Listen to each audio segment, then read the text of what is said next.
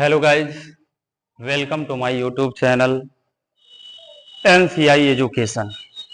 प्रिय छात्रों, आज हम सब क्लास 12 फिजिक्स चैप्टर 2 विद्युत फ्लक्स एवं गास की प्रमेय का एक महत्वपूर्ण डेरिवेशन को सीखेंगे।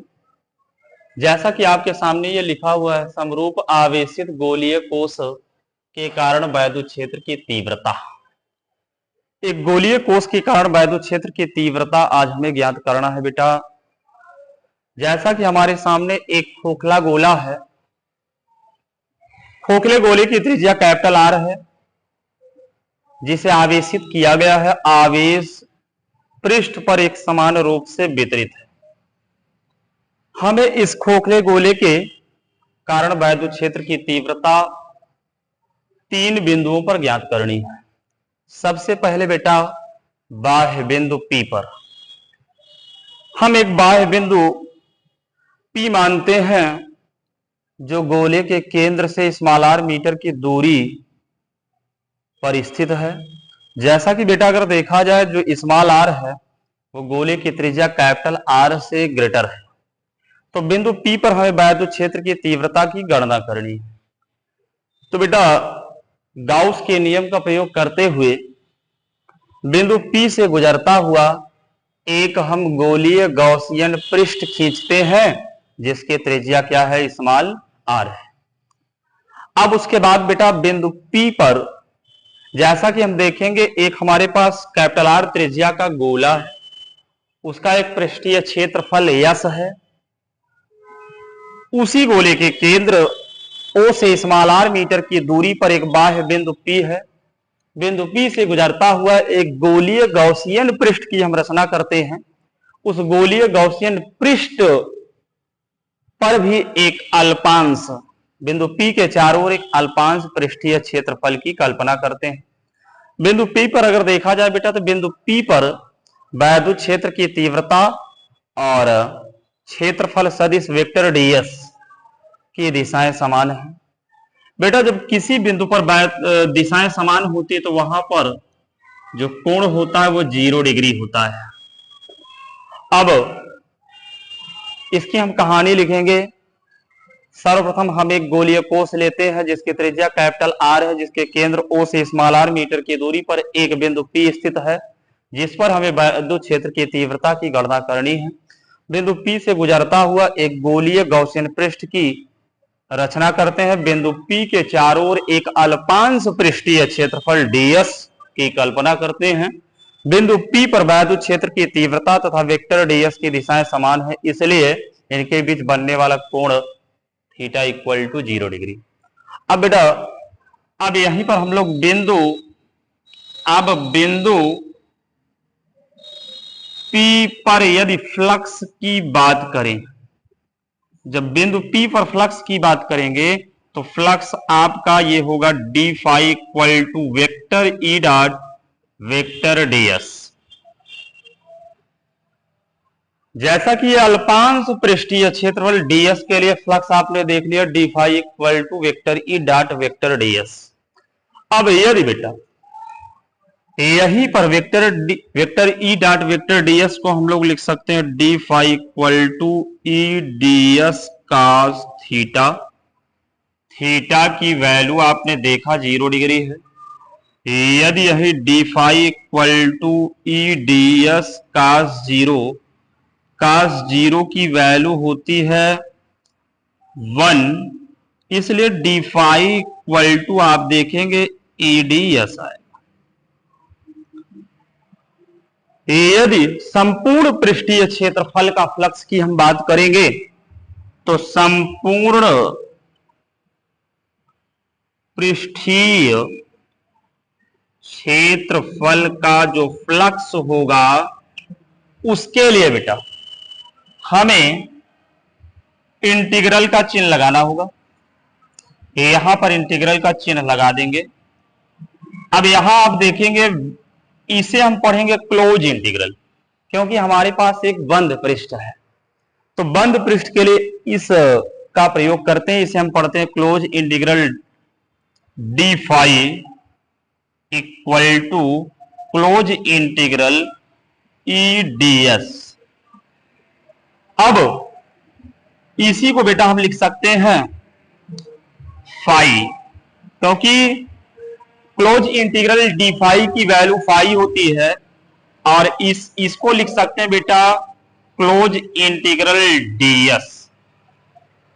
जैसा कि आपको ज्ञात होना चाहिए, ये संपूर्ण की बात करता है, टोटल की बात करता है, और गोले का जो पृष्ठीय क्षेत्रफल होता है वो होता है 4 pi are square. 4 pi are square. Gauss के नियम से अगर देखा जाए,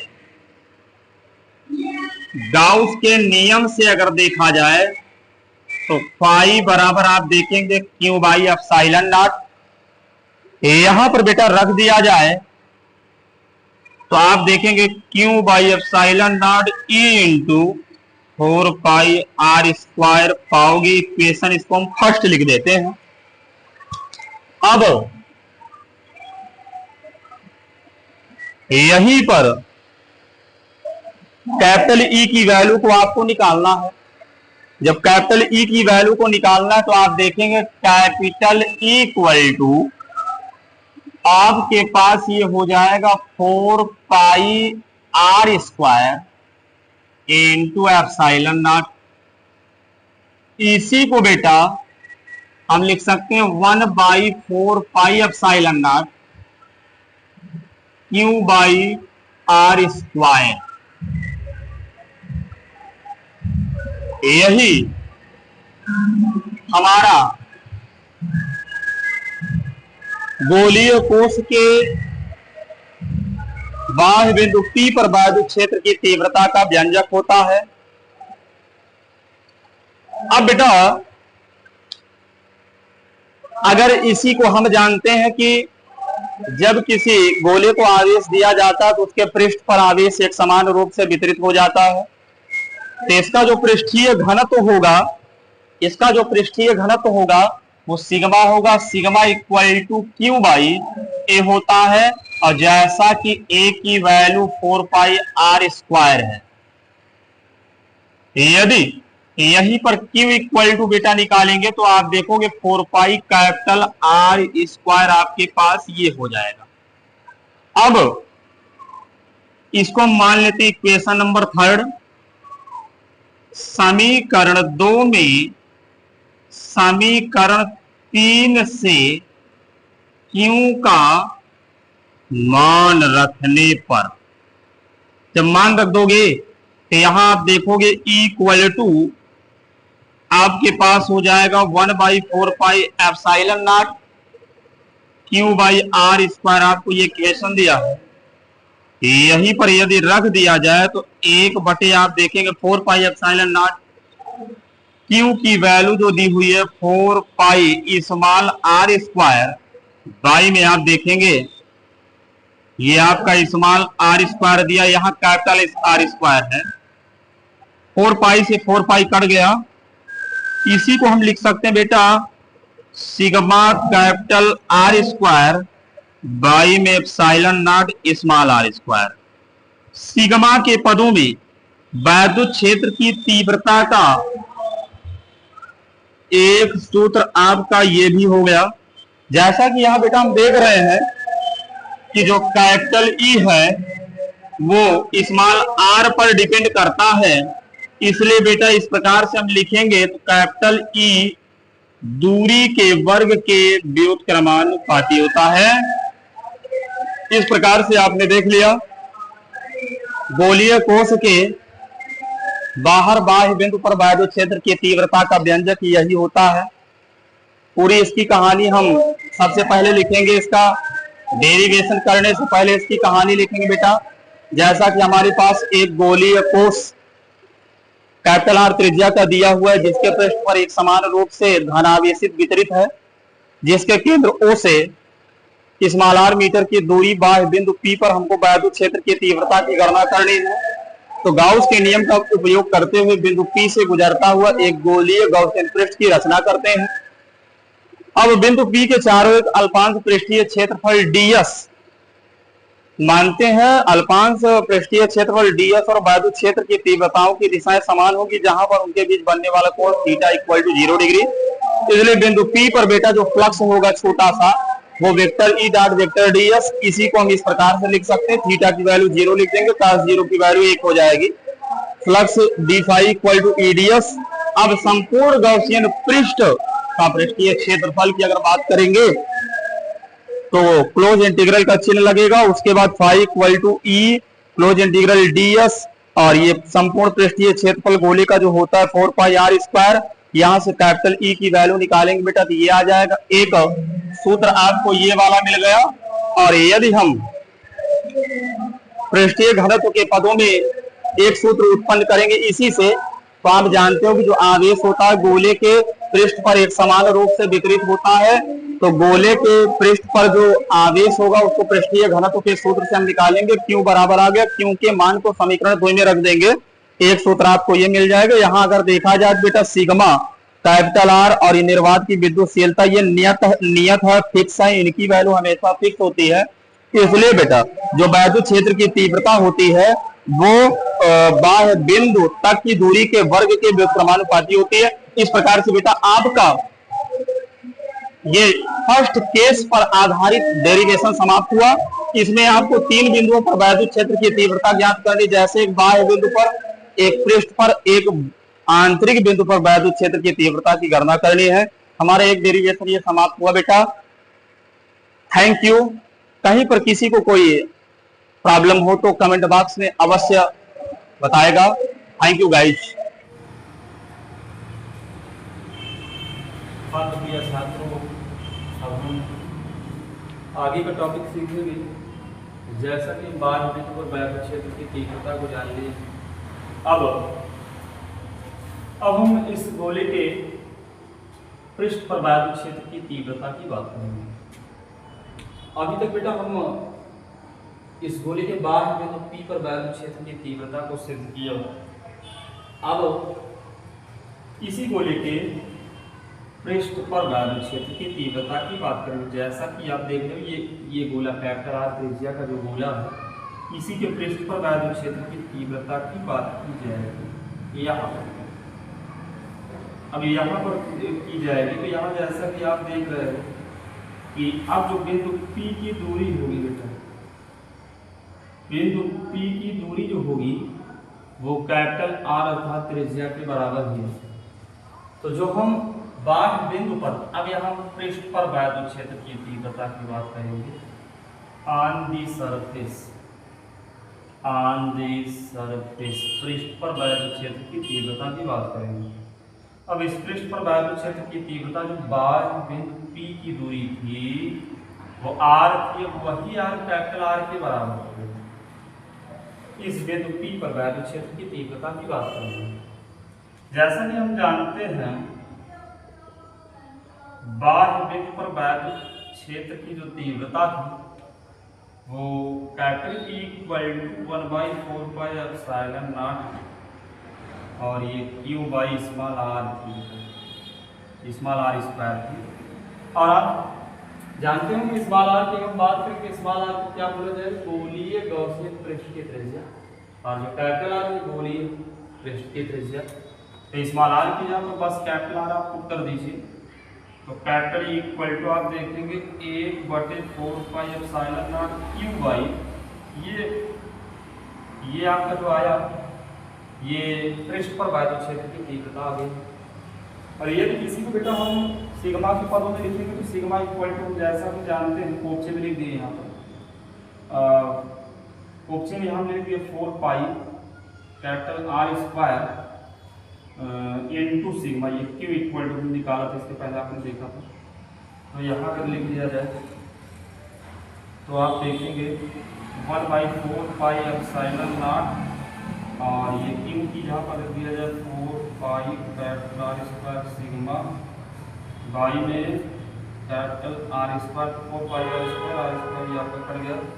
केवल यहाँ जो आपको सिग्मा के पदों में मिलेगा वो सिग्मा बाई एप्सिलॉन नॉट, यही ये आपको वैद्युत क्षेत्र की तीव्रता पृष्ठ पर मिलेगी। अब इसी प्रकार लास्ट टॉपिक जो दिया आंतरिक बिंदु पर।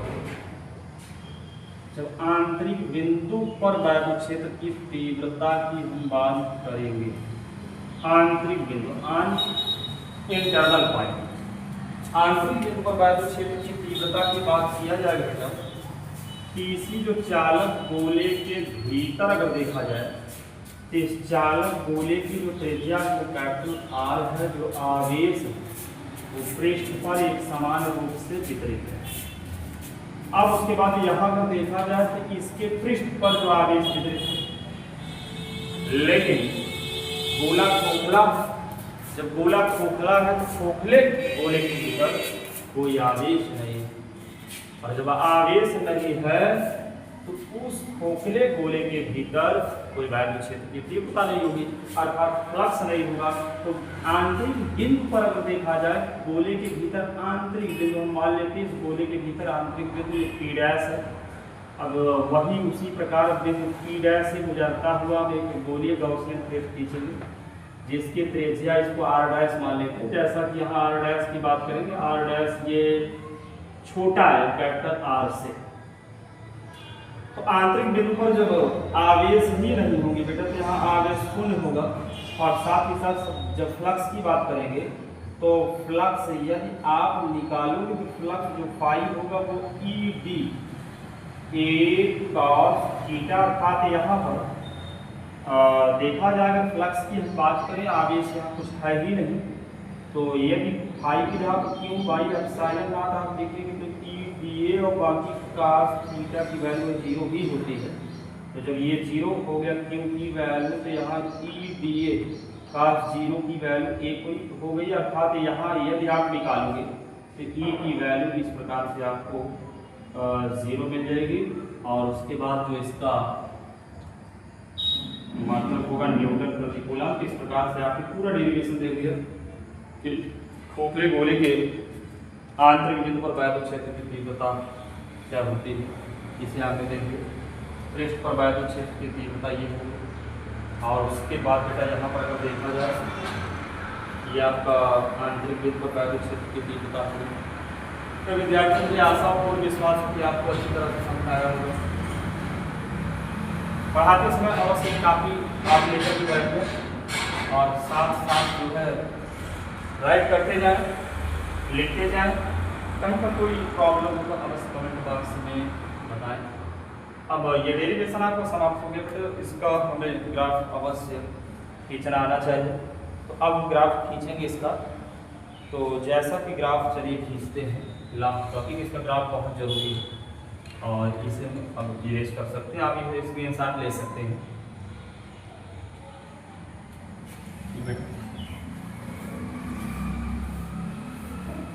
अब लास्ट टॉपिक इसका आपको ग्राफ खींचना है। कैपिटल ई और कैपिटल ई तथा आर में ग्राफ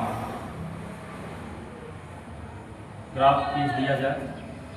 जैसे आप ग्राफ इस प्रकार से खींचेंगे, यहाँ आप देख रहे हैं कि ये गोले का केंद्र है, ये आपका एक्स अक्ष, ये आपका वाई अक्ष है। अब ये जो है ये वायु क्षेत्र की तीव्रता को प्रदर्शित करेगा, और उसके बाद आपने देखा बेटा ये जो गोले की त्रिज्या है, ये गोले की त्रिज्या है। गोले की त्रिज्या की अगर बात किया जाए तो यहाँ तक आप देखते हो, यहाँ तक जो है कितनी दूरी हम मान लेते हैं कैपिटल आर, और यहाँ तक आप देखते हैं यहाँ वायु क्षेत्र की तीव्रता जो है, यहाँ पर वायु क्षेत्र की तीव्रता इस पृष्ठ पर देखा जाए, पृष्ठ के भीतर अगर देखा जाए पूरा वायु क्षेत्र की तीव्रता है वो शून्य है। उसके बाद जैसे जैसे बाहर की ओर जाते हैं वैसे वैसे वायु क्षेत्र की तीव्रता धीरे धीरे घटती जाती है। कैसे घटती है? दूरी के वर्ग के व्युत्क्रमानुपाती। इस प्रकार से यहाँ आपने देख लिया वायु क्षेत्र की तीव्रता और दूरी में जो ये ग्राफ आया यही होगा। परीक्षा के दृष्टिकोण से बहुत महत्वपूर्ण टॉपिक है बेटा, और इस टॉपिक को बहुत संजो कर के रखेंगे। बोर्ड एग्जाम के दृष्टिकोण से बहुत अच्छा सा टॉपिक होता है, और अब इसे पूरा आप स्क्रीनशॉट ले सकते हैं। हमारा यह टॉपिक ये समाप्त हुआ। अब आगे वाले टॉपिक को अगले वीडियो में हम लोग देखेंगे।